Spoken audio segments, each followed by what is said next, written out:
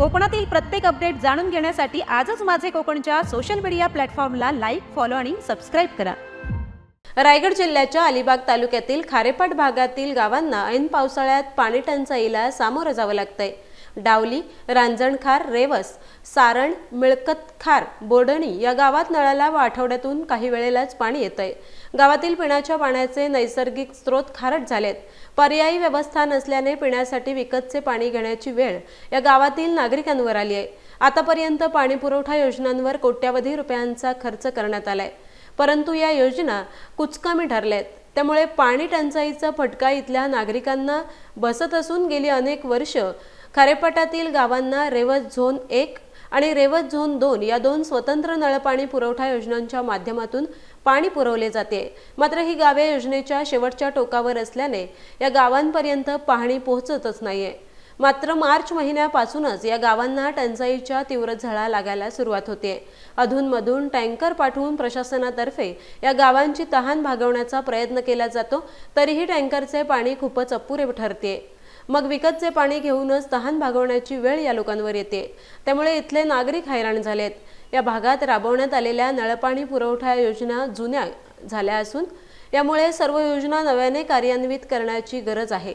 2.5 वर्षांपूर्वी डावली रांजणखार गावाच्या कामासाठी 1.25 कोटी रुपयांची जलजीवन मिशन योजना मंजूर करण्यात आली, परंतु अद्याप या योजनेचे काम पूर्ण झालेले नाही।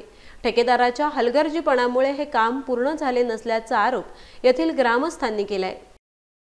आमच्या गावाचं नाव आहे रांजणखार डावली नवखार। इथे गेल्या 40 वर्षापासून पाण्याची समस्या आहे आणि आम्ही शासन दरबारी खूप प्रयत्न केले। आम्ही संस्था, आमची एकता मित्र मंडळ असो किंवा गावातली एक कमिटी, अशा भरपूर लोकांना भेटलो, आमदार खासदारांना। 5-6 आमदार होऊन गेले। प्रत्येक जण निवडणूक आली की 2 महिने आधी येतोय, मी तुमचं पाणी आणतो। 8 दिवस पाणी येणार, परत पाणी बंद कायमचं। आणि आज आम्हाला 20 रुपयाला एक बरणी 15 लिटरची विकत घ्यावी लागतो।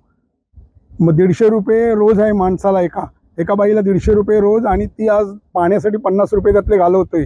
मग तिचा उदरनिर्वाह कसा होणार? 100 रुपयात आपलं कुटुंब कसं पोचणार? ही समस्या गेली एवढी वर्षाची आहे। तुम्हाला एक सांगतो, हा आमचा गाव एवढा सौंदर्याने नटलेला आहे। आमच्या आता प्रत्येक जीवनामध्ये प्रत्येकाला काय हवं असतं? लाईट, पाणी, या 2 गोष्टी, आणि रस्ते। आम्हाला रस्ते थोडेफार आहेत, लाईट सुद्धा आहे, पण आम्हाला कित्येक वर्ष गेले पाणी नाही, कित्येक वर्ष। आज तुम्ही 25-30 वर्षाचा आढावा घेतलात तर 5-6 दिवस कुठेतरी पाणी येतं, त्याच्यानंतर स्टॉप होतं। प्रत्येक येणारा मंत्री काय करतो? तुम्हाला आम्ही पाणी आणू, हे करू, ते करू, पण जेव्हा तो खरंच निवडून येतो ना सर, तेव्हा तो त्याच्याकडे कुठला औषध येतो काय माहिती नाही, तो गायब होतो पुढच्या 5 वर्षांसाठी। हे असं आम्ही प्रत्येक वेळी बघत आलोय। एवढं जर आम्हाला हाल अपेष्टा सहन करावं लागत असेल, आणि एवढं सुंदर सर, आता जर मुंबईच्या हाकेवरती गाव तुम्ही बघितलंच नाही इथे समोर, तर इथे समोर मुंबई आहे, बाजूला उरण आहे, अलिबाग सुद्धा आमच्या बाजूला आहेत। एवढे मोठे मोठे नेते झालेत।